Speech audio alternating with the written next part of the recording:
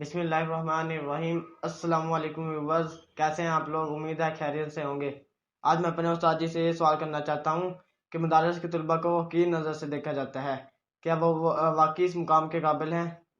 اس کے متعلق کچھ بات بتا دیں۔ بسم اللہ الرحمن الرحیم۔ مدارس کے طلباء کو حقیر سمجھا جاتا ہے جبکہ یہ دنیا کے ذہین فتین لوگ ہوتے ہیں۔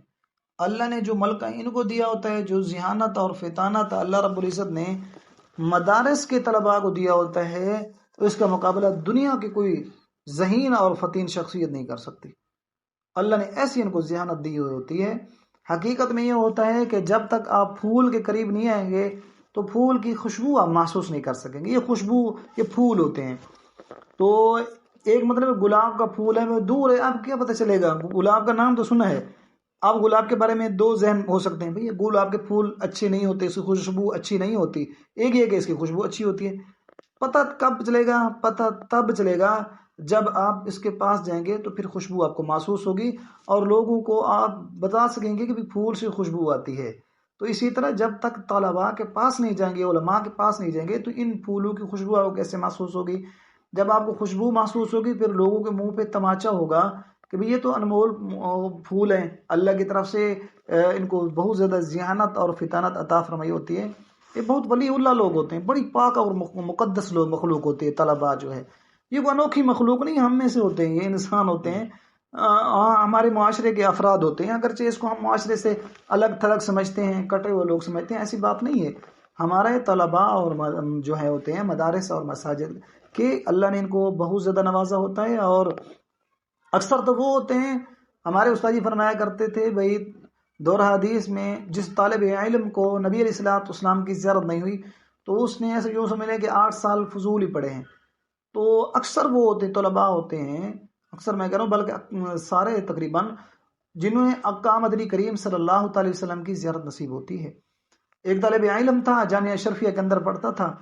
استاد جی فرماتے ہیں کہ چھٹیاں دی اور چھٹیوں کے اندر سارے طلباء، وہ شبان کی چھٹیاں ہوتی ہیں، شبان اور رمضان کی، اور شوال کے اندر پھر بچوں کی آمد و رفت کا سلسلہ ایک شروع ہو جاتا ہے، اور تو شبان کے اندر طلباء اپنے گھر میں چلے گئے۔ ہوا یہ کہ وہ ایک طالب علم نا وہاں جامعہ شریفیہ کی حسن مسجد میں وہ پھر رہا تھا۔ استاد جی مولانا محمد فیاض الدین چترالی دامت فیوزم العالیہ نے اس کو بلایا کہ بیٹا ادھر آؤ۔ فرمایا گھر نہیں گئے ہو؟ تو کہنے لگا استاد جی میں نا مزدوری کرتا ہوں، تو میں نا سال کی جو وہ اپنے پیسے جمع کر لیتا ہوں اور سال پورا جو خرچ کرتا ہوں۔ تو استاد جی نے کہا بیٹا بات یہ ہے کہ میں نا تمہیں پیسے دیتا ہوں، یہ پیسے لو اور آپ جاؤ اپنے گھر میں روزے رکھو اور گھر ماں باپ کی خدمت کرو اور گھر چلے جاؤ۔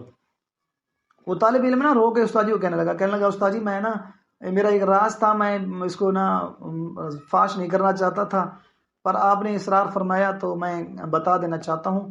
میں جاتا ہوں روزانہ مزدوری کرنے کے لیے اور شام کو آتا ہوں، اینٹ کو نیچے رکھا، اینٹ کو اور رکھا اور آرام سے سو جاتا ہوں، تو مجھے روزانہ نبی اکرم صلی اللہ تعالی وسلم کی زیارت نصیب ہوتی ہے۔ کہنے لگا استاد جی اگر آپ مجھے اجازت چیزیں دے دیں گے میں چلا جاؤں گا گھر میں، تو میں گھر میں تو چلو پہنچ جاؤں گا، یہ جو سعادت ہے حضور کی روزانہ زیارت ہوتی ہے تو یہ کسے نصیب ہوگی؟ تو یہ بہت مقدس لوگ ہوتے ہیں، بڑے مقدس لوگ ہوتے ہیں۔ آپ نے دیکھا قرآن پڑھتے پڑھتے دنیا سے رخصت ہو گئے۔ ہمارے استاد جی قاری عبدالرحمن صاحب دامت برکاتہم العالیہ کے بھائی قاری محمد ہاشم سے رحمۃ اللہ تعالی علیہ احمد پور شرقیہ کلاب کے ہیں، کلاب کے اڈا سبیل کلاب اڈا وہاں کے، اور جب وہ دنیا سے رخصت ہونے لگے تو اتنی بلند بلند آواز سے کلمہ شریف پڑھ رہے تھے۔ کون تھے؟ حافظ قرآن تھے۔ تو یہ قرآن پاک یا علوم نبوی جو ہے یہ سینوں کے اندر ایسے نہیں آتے، اس کے لیے سینے کو پاک ہونا بھی ضروری ہے۔ یہ پاک سینے ہوتے ہیں تب بھی ان کے اندر قرآن مجید بھی آتا ہے اور ان کے اندر احادیث شریف کا ذخیرہ بھی آتا ہے۔ اس لیے ہمیں طلباء کرام کی عزت کرنی چاہیے، قدر کرنی چاہیے، قدر کی نگاہ سے ان کو دیکھنا چاہیے، ان کو حقیر نہیں سمجھنا چاہیے۔ حقیقت میں یہ حقیر ہم لوگ ہیں اور یہ لوگ نہیں ہیں، یہ تو بڑے بادشاہ شہنشاہ لوگ ہوتے ہیں۔